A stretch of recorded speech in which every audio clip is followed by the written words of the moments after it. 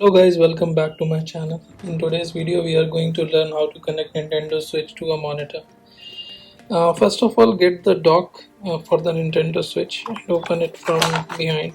Um, as you can see, there are three ports in it, one for AC adapter, one for HDMI out.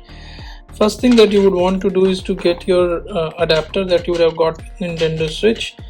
That adapter will go in here like this, and you can take the wire from here. The second thing is you will need a HDMI cable that also you will get in your Nintendo Switch box. So connect one end of it to your Nintendo dock like this. So now both of the things connected. Your AC adapter will go into a AC socket point. So let's connect to an AC socket point. And the other end of the HDMI cable will go into the back of your monitor. So let me connect that.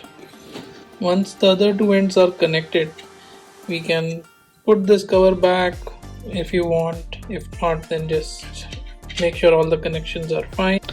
Now with both the things connected, next step is to put your Nintendo Switch onto the dock like this. You will know that it has been docked correctly, and the output is by seeing this green light in the bottom left of your Nintendo Switch dock. So once this is green, you will know that the Nintendo Switch has been docked properly. And now let me show you how it looks like.